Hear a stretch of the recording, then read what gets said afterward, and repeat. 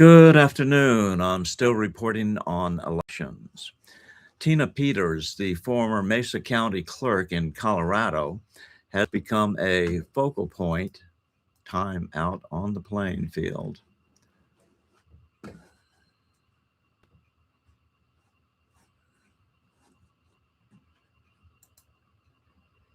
Sorry for that. Has become a focal point in the ongoing debate over election security, with her actions drawing both fierce criticism and staunch support from those who see her as a defender of transparency. In 2021, Peters took steps to preserve forensic images of voting equipment before a state mandated software update ordered by Secretary of State Jenna Griswold in Colorado. Supporters argue this was not only within her duties, but essential under federal election record retention laws, potentially uncovering vulnerabilities in the system that could affect the integrity of the 2020 presidential results. By backing up the data and allowing access to it for review, Peters positioned herself as a whistleblower, aligning with concerns raised by millions of Americans, including President Trump, about possible irregularities in the voting process.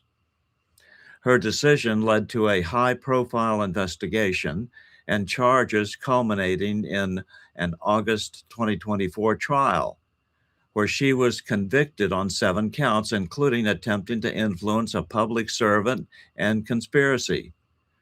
She was sentenced to 9 years in October 2024. I'd never heard this before.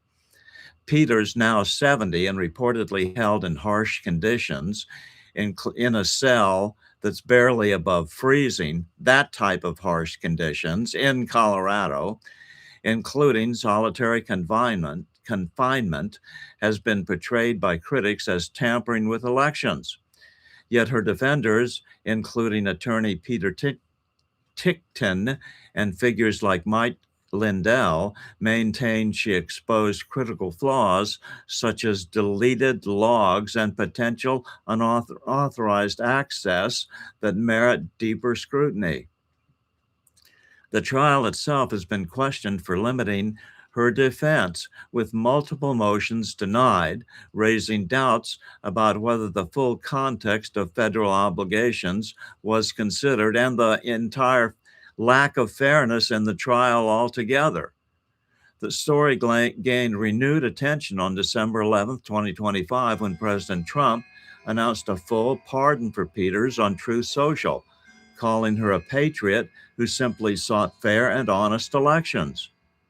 Well, Colorado officials, including Governor Jared Polis and Attorney General Phil Weisner, assert the pardon holds no sway over her state conviction, keeping her incarcerated amid appeals. Trump's move has amplified calls for federal intervention. Some legal experts and supporters speculate this could invoke broader federal authority, perhaps through a national emergency declaration on elections or revising presidential pardon precedents to challenge the state's handling.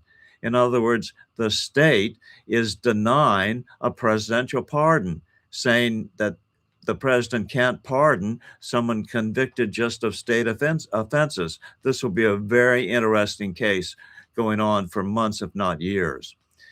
This case, largely underreported until recently, highlights tensions between state and federal roles in elections. Critical of Colorado's leadership suggests a deliberate effort to downplay Peters' findings, possibly to avoid broader implications for Dominion voting systems used nationwide. As appeals proceed and potential federal probes loom, including investigations into election record deletions, new evidence could emerge that vindicates her stance. If proven, Peters' resolve might be seen as a pivotal service to the nation, reinforcing the need for unassailable election safeguards, and we are very far from that.